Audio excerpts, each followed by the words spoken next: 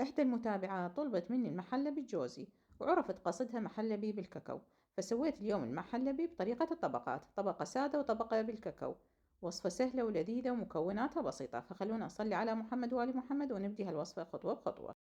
لتحضير الطبقة الأولى راح أحتاج جلاس ونص من الحليب، وثلث كوب من السكر، ومقدار 3 ملاعق ونص من النشا، وراح أحتاج مقدار ملعقتين من مي الورد.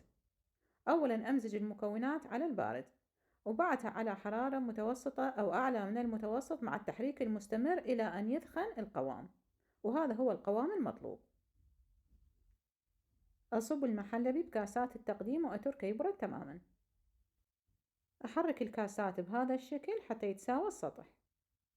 لتحضير الطبقة الثانية راح أحتاج جلاس من الحليب السائل، ربع كوب سكر، ملعقتين من النشا، ملعقة من بودرة الكاكاو وقطعة من الكاكاو. أحرك المكونات أولا على البارد وبعدها على حرارة متوسطة مع التحريك المستمر إلى أن يثخن القوام.